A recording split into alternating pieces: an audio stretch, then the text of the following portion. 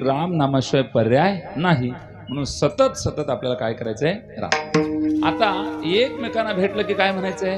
Hi hello नाही, नमस्ते भी नहीं, नमस्ते तो हम भी समझते, लेकिन क्या बोलना है हमें?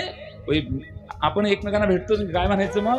राम राम जी, राम राम, राम राम असं सगळ्यांना. आई तुम्ही पण तुम्ही दोघी एकमेकांना भेटल्यात, रस्त्याने येतात तर महिला मंडळी एकमेकांना भेटतात, तर तेव्हा काय म्हणायचं?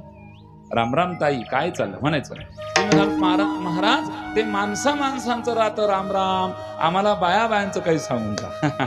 तर महिलांनी राम राम म्हणून असं काही बंधन नाही.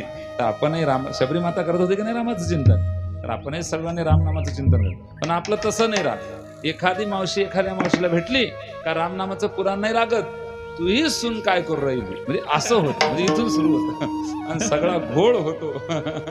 म्हणून आई आपण काय करणार? एकमेकांना भेटले तर रामनामाचं चिंतन करणार.